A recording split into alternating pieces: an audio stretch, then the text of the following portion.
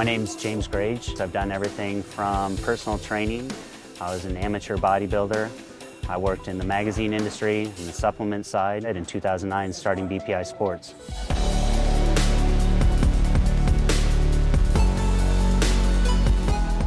I think my love for fitness, some of it was ingrained in me. I think, even going back to when I was a kid, I had a distinct advantage, at least for my generation. I grew up around health and fitness. My mother was very into health and fitness. I grew up around gyms. I grew up eating healthy. And so I grew up with these habits, and they were ingrained in me. Probably when I was about, I guess I was 15 years old, I wanted to get a weight set for Christmas. And yeah, I did everything to, persuade my parents to buy that for me. And they surprised me on Christmas, and they got me this LaLanne weight set. Set it up in the backyard. My buddies would come over, and we would kind of try to throw together what we thought were workout routines. Really, it was just doing bench press in the backyard. That was about all we knew. That LaLanne weight set was the beginning for me, and kind of cool opportunity for me later on in my career. I was able to actually sit down with LaLanne. I was sitting in a restaurant in LA. I was by myself. The restaurant was completely empty. I was the only person in there. This guy and his wife walks in, and he was really energetic and kind of commanded the room when he walked in. So I couldn't help but stare. So I was looking up at him, and he turned around and he caught me looking at him. And this guy made a beeline right towards me. I had no idea what to expect. Didn't know who the guy was. He had sunglasses on, and so he walked right up to me and he grabbed me by the arm, and he took off his sunglasses and he said, "Nice to meet you, I'm LaLanne." And at the time he took off his glasses, instantaneously I recognized him. I said, "You're LaLanne." He said, "I just said I was LaLanne." He said, "Otherwise I would have said I was Richard Simmons." So he invited me over to the table to meet his wife, and I sat down and I talked with him and had the opportunity to learn about what he believed in. And never been a celebrity that I was in awe over, but I was in awe over this guy because he, to me, was the father of the fitness industry. And so we were talking about the difference between a bodybuilding lifestyle versus a health and fitness lifestyle. And here this guy was 92 years old, and he was fit, and he flexed his arm and still had a peak on his bicep, and he was walking upright, and he was energetic, and this was at 92 years old. At the end of the conversation, I told him, I said, "Well, Jack," I said, "I hope I look like you when I'm 92. And he said, "Son," he said, "you'll be lucky if you live to be 92. So I never really had any interest, honestly, in bodybuilding itself. I always loved health and fitness, and I liked being in shape. I didn't have an interest in stepping on stage. It was something I'd read about in magazines, but that was about the extent of it. And I had a buddy of mine who came into the gym one day, and he said, "Hey, I'm doing a bodybuilding show. It's over in the Bay Area." He said, "Why don't you do it with me?" Eventually I said, "Okay, I'll do it." I didn't win. I got third place, which it was a big show, so that was a pretty big accomplishment, but I got a taste of it, and I'm very competitive. And so at that point I went back, and now I went through and figured out, okay, well, what's the right training program? What's the right nutrition? And I planned everything out. And so for those, whatever it was, 5-6 months, I was diligent about it. And I was kind of cocky. I thought I was going to win it. I was very prepared this time, and I didn't. I got second place. Well, that was 1999. I wouldn't compete again until 2004, and that's because in '99, a couple months after that second bodybuilding show, I got in a car accident, a very bad car accident that I was lucky didn't take my life.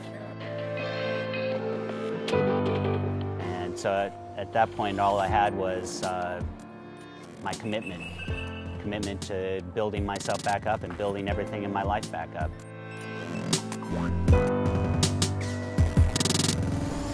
But eventually I did compete again. I competed in 2004, and I got that elusive first place. Living the fitness lifestyle is different for me now. I'm not 20 anymore. I'm 39 years old. I've got a 6.5-year-old son. I've got a 9-month-old daughter. I've got a wife. I've got a business that's very consuming. So it's not like it was when I was 22 and I had nothing better to do but go into the gym and just train hard and eat right. And my expectations aren't really any different than they were 24 years ago. Just because I'm creeping up on 40 doesn't mean I give myself that easy out and say, hey, it's okay to be flabby now. I don't want to be. I still want to be in just as good a shape as I was back then. I just have to do it differently. It's just trying to figure out how to get the same result, doing it a different way.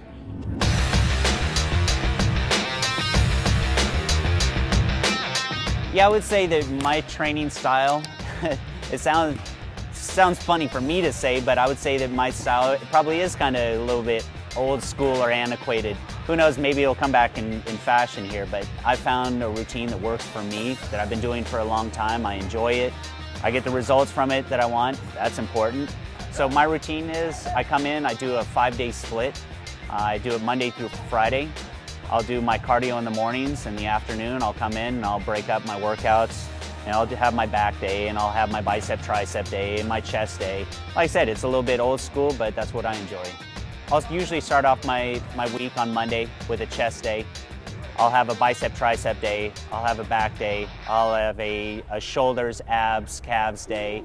As far as my reps, I used to train a lot different than I do now. When I was younger, I didn't have the injuries. I could come into the gym and just abuse my body, and I would recover and I would grow.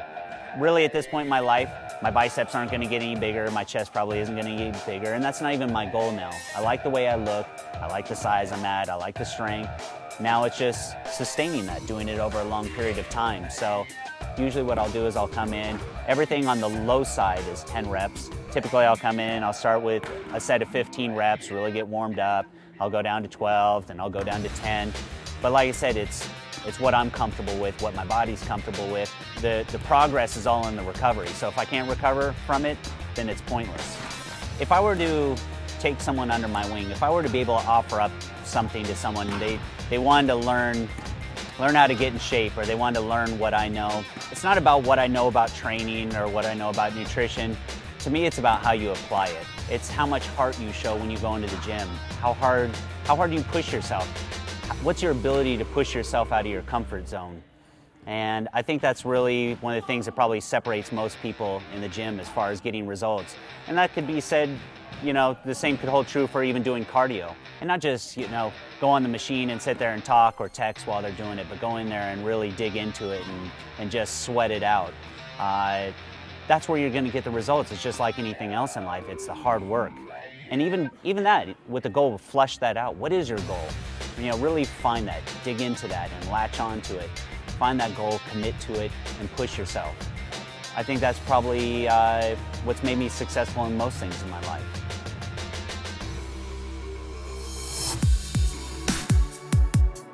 Yeah, the way I eat definitely falls in line with my training philosophy. It's all about longevity. It's all about the long term.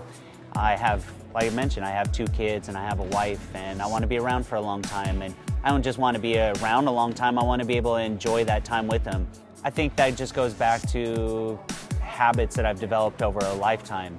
So to me, I don't consider it a diet, I just consider it the way I eat. But I enjoy eating whole foods. I don't like a lot of processed food.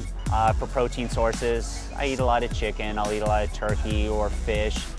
And maybe in the morning it's egg whites. I like my oatmeal, brown rice, or other grains, maybe like quinoa. I like vegetables. Actually, that's not true. I don't really like vegetables. I eat them because they're healthy, and I know I should, and I'm trying to set a good example for my son. But I mean, honestly, if I had my choice, I wouldn't eat vegetables. But I try to eat a well-rounded meal. Try to keep it to usually about 4 ingredients. If it's got more than 4 ingredients on the plate, then usually it's too much. So it's not like I'm on some sort of big organic kick. I just believe that whatever you put in your body does make a difference. So for me, it's eating food that's healthy, yet still tastes good. I don't feel like I'm sacrificing anything. But absolutely, it's about a long-term goal as well, not just about right now. I think the most important thing is finding what works for you. There's not one cookie-cutter diet that's going to work for everybody. Something could be very successful. It could be the best diet in the world, but if you can't maintain it and you don't like doing it, then it's not the right diet for you. And I just try to keep it reasonably clean, and then, you know, once a week or every other week, I'll go have a nice dinner with my wife and with my kids and order whatever I want off the menu.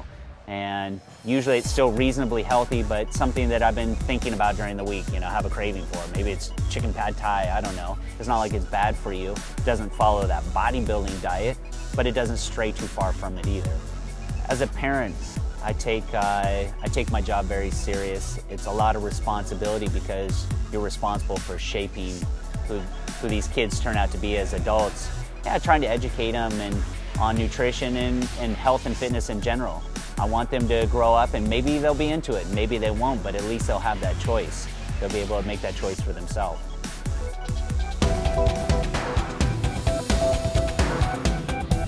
My supplements are pretty basic. I think it really comes down to what you're looking for.